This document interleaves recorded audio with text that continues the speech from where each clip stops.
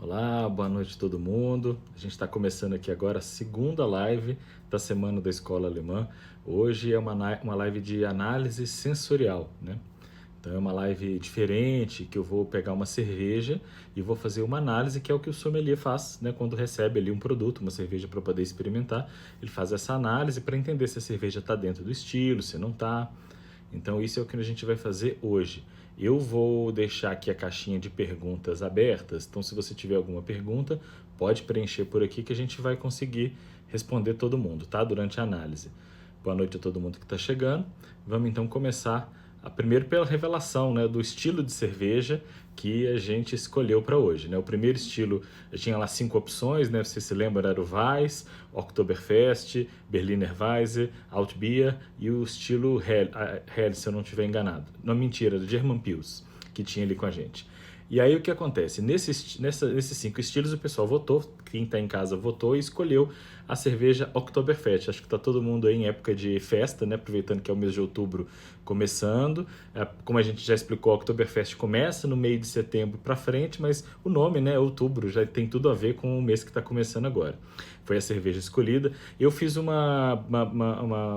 digamos que eu dei uma furada aqui na nossa regra. Eu trouxe uma cerveja especial de festa, Oktoberfest, mas não é a Oktoberfest que eles bebem lá em Munique, né? Essa Oktoberfest que vendem em Munique, aqui no Brasil ela é bem difícil de achar, inclusive. A única cervejaria que exportava com mais frequência é a cervejaria Weinheim-Stefaner, que o nome é bem difícil mesmo, é a cervejaria mais antiga do mundo, e com esse aumento, né, do euro, a questão toda do coronavírus, essa importação começou a ficar um pouco complicada. E aí tá difícil de achar essa cerveja aqui no Brasil. Mas eu tenho uma cerveja de festa, uma Oktoberfest, que segue a mesma regra, né, das cervejas de festas alemã, e é o que a gente vai experimentar hoje. Então, aproveita aí que é sexta-feira, já pode abrir sua cerveja e fazer aquele barulhinho que todo mundo tá doido para ouvir, né? Vamos começar então aqui pelo barulhinho, ó. Garrafinha na mão. Essa é a Oktoberfest da Erdinger. É uma cerveja de trigo, por isso que eu digo que eu dei uma furada na nossa regra. Mas vamos fazer aquele barulhinho que a gente tá doido para ouvir na sexta-feira. Deu para ouvir? Que é o nosso gás saindo, né, da cerveja para poder aproveitar. O Beratan já está ali com sua cerveja na mão, com certeza. Quem quiser marcar, gente, para poder acompanhar essa live e acompanhar toda a nossa análise sensorial, é só ir marcando as pessoas aqui que já vai chamando o coleguinha. Esse tracinho que tem aqui do lado, esse triângulozinho que parece um papelzinho, também serve para isso, tá? Você pode enviar esse convite dessa live para quem você conhece e achar que se interessa pelo assunto. Então vamos lá, tacinha na mão, a gente vai fazer o serviço. Como é uma cerveja de trigo, é trigo e cevada, né? Ela vai gerar um pouquinho mais de espuma do que a cerveja convencional. Tá aqui, ó. Essa é a cerveja Oktoberfest da Erdinger, né? Que é uma cerveja que tem trigo e tem cevada. O que acontece quando a gente faz primeiro? A primeira coisa é olhar a cerveja, né? Quando a gente está avaliando uma cerveja, eu vou deixar ela mais perto aqui de vocês na minha frente, eu tenho que avaliar se a cerveja é translúcida, se ela é cristalina, como é que está a espuma dela. Olha para você ver, essa aqui a espuma está bem consistente, as bolhas estão bem firmes no copo, então você consegue ver direitinho, né? A formação, ela está com o tamanho bom, então ela está se mantendo de uma forma boa, e a cerveja com suas bolinhas ali características com a cor amarelo, aí a gente pode falar que é um amarelo dourado, né?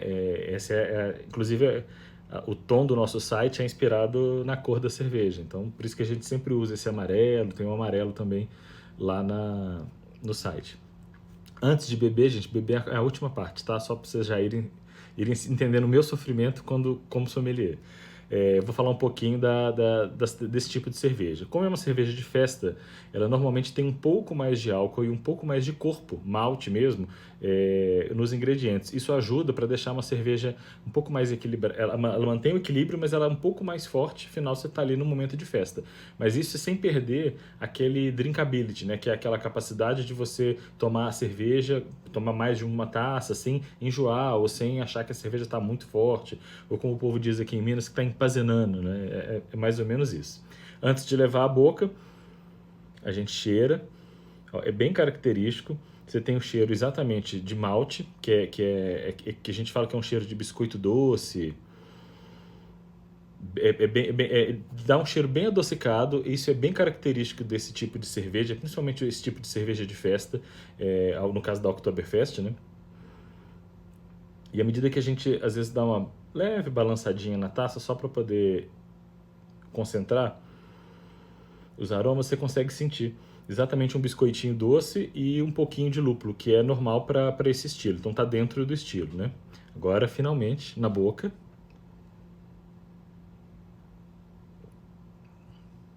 Olha só, é uma cerveja bem carbonatada, por ser uma cerveja de trigo e cevada, né? Ela tem um pouquinho da acidez do trigo, então quando ele entra em contato com a língua, a gente sente aquela carbonatação na cerveja, o que é bom e é característico para o que se espera da cerveja. Apesar dela ter 5,7% de álcool, deixa eu só pegar minha cola aqui da cerveja. Ela tem 5% de 5,7% de álcool. É uma cerveja que você não sente o álcool nem no aroma e nem no paladar. Tem uma coisa que é legal de fazer durante a experimentação da cerveja, a degustação, que é quando você vai beber um gole, você também cheira um pouco da cerveja ao mesmo tempo e deixa isso ali no seu organismo para você sentir mais tanto os aromas e tentar entender melhor qual é o cheiro que essa cerveja vai passar, né? Acenando aqui o pessoal que está entrando agora também, dando um oi para todo mundo. Essa cerveja, especificamente a Oktoberfest, eu vou falar um pouquinho da história dela, né? É uma cerveja do estilo Fest Beer, que é considerado pelo BJCP, que é um dos catálogos, digamos assim, né, que tem as regras e define bastante os estilos. São dois, na verdade. Você tem o americano, que é o BA, e o BJCP. O BJCP ele é mais usado para cervejeiro caseiro, enquanto o BA ele é mais usado pelos cervejeiros mais profissionais, pelas cervejarias. O BA, na verdade, ele é um pouco mais seco, né? Assim, como ele é mais técnico, ele fala só assim, tipo, a cerveja tem que ser de palha dourada, a aparência tem que ser clara, não pode ter turbidez, que essa cerveja tem por causa do trigo. Então essa aqui não é uma cerveja fast beer de acordo com as regras, ela é uma fast beer de trigo, tem essa característica.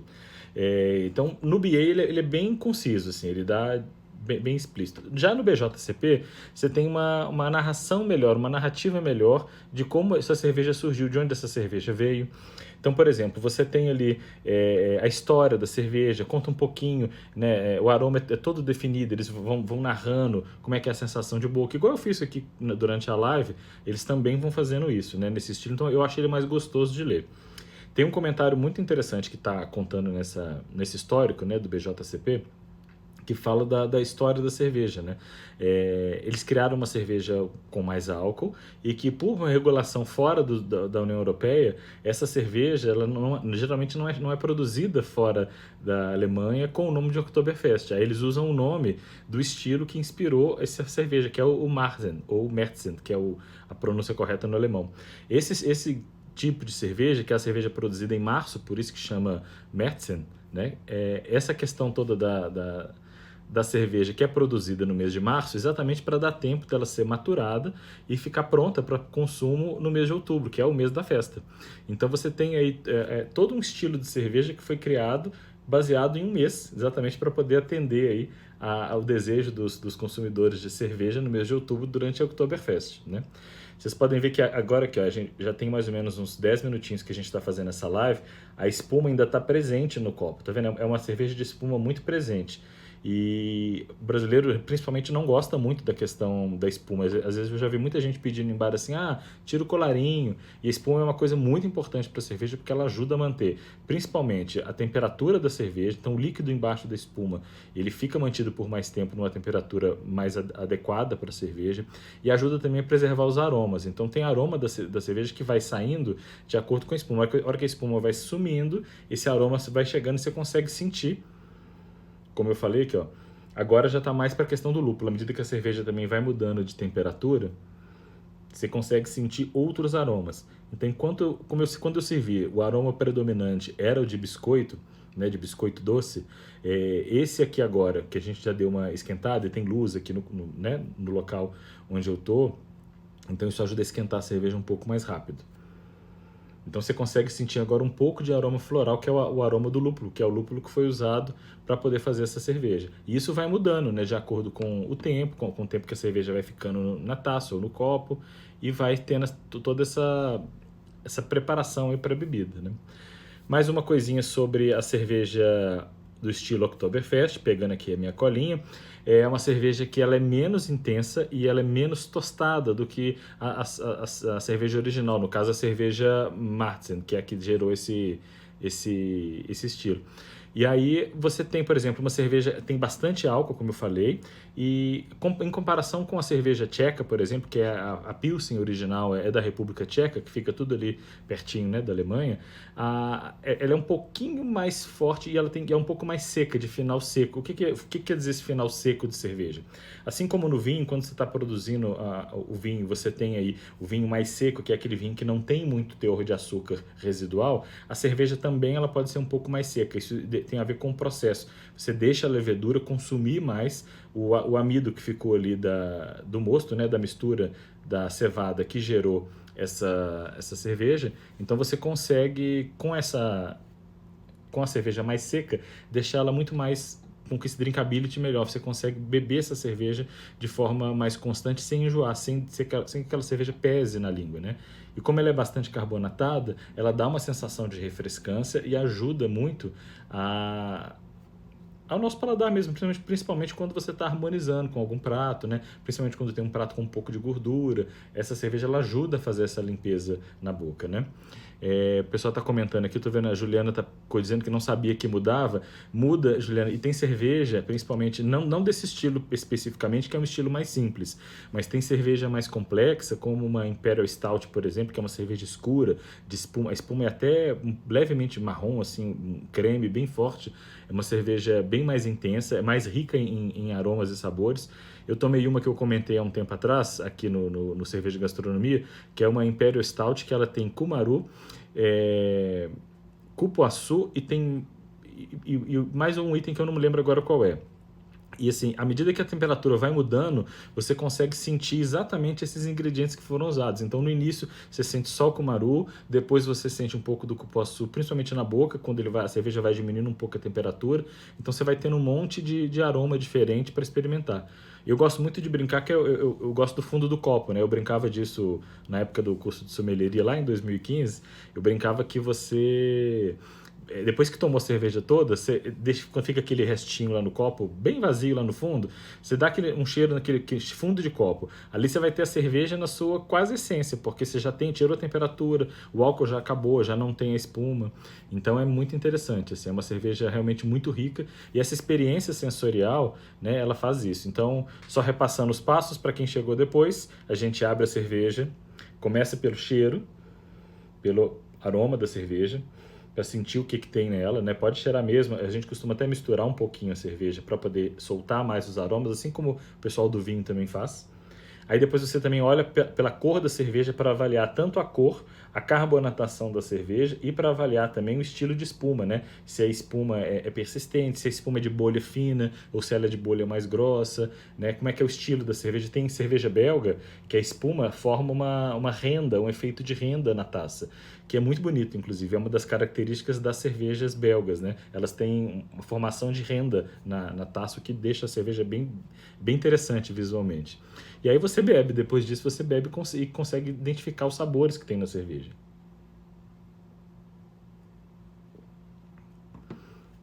É isso, gente. Essa é a cerveja Oktoberfest, já que foi escolhida mais ou menos aí, né? Eu dei um truquezinho na cerveja, mas é a que foi escolhida pela maioria para poder fazer a análise. Claro que os outros estilos, eu tô com eles aqui, então eu vou fazer em breve lá no site as análises também sensoriais dos outros estilos. Para quem ficou curioso, eu não vou deixar, obviamente, ninguém na mão. E lá no site tem todas as informações sobre harmonização, sobre a semana também da Escola Alemã de Cerveja. A gente tem muita coisa aqui no Instagram, lá no feed. Para quem não conhece aí o Cerveja Gastronomia, é só clicar aqui em cima, ó. onde tem a marquinha, você volta depois que acabar a live, você volta lá para o feed e consegue ver um pouquinho sobre a história do Oktoberfest, consegue acompanhar, né, um pouquinho dos estilos. Eu fiz uma descrição aí de 10 estilos mais importantes da escola alemã, que é um pouco do que a gente conversou sobre a live de ontem. Se você perdeu também a live de ontem, é só acompanhar lá no feed, ela já está lá publicada. Essa live de hoje vai ser publicada amanhã, eu vou fazer um pequeno ajuste nela para a gente poder fazer essa publicação amanhã e ficar bem bonitinho e pronta para quem perdeu aí a análise sensorial. Você pode depois indicar para os amigos, combinado? É isso, gente. Espero que todo mundo tenha gostado da live de hoje. Agradeço demais a presença de todo mundo. Essa foi a minha primeira semana com lives, então espero fazer mais em breve, né? Talvez peço desculpas já se tiver ficado um pouco nervoso ou se tiver sido muito rápido, mas é a primeira semana de live que a gente está fazendo aqui com o site, então isso é muito importante, né? Para a gente poder manter esse diálogo e poder manter essa interação com quem acompanha, com quem gosta de cerveja, com quem acompanha a gente, né, por mais tempo. É isso, gente. Muitíssimo obrigado por todo mundo. Obrigado pela presença. E continue ligado ali no site, gente. Valeu!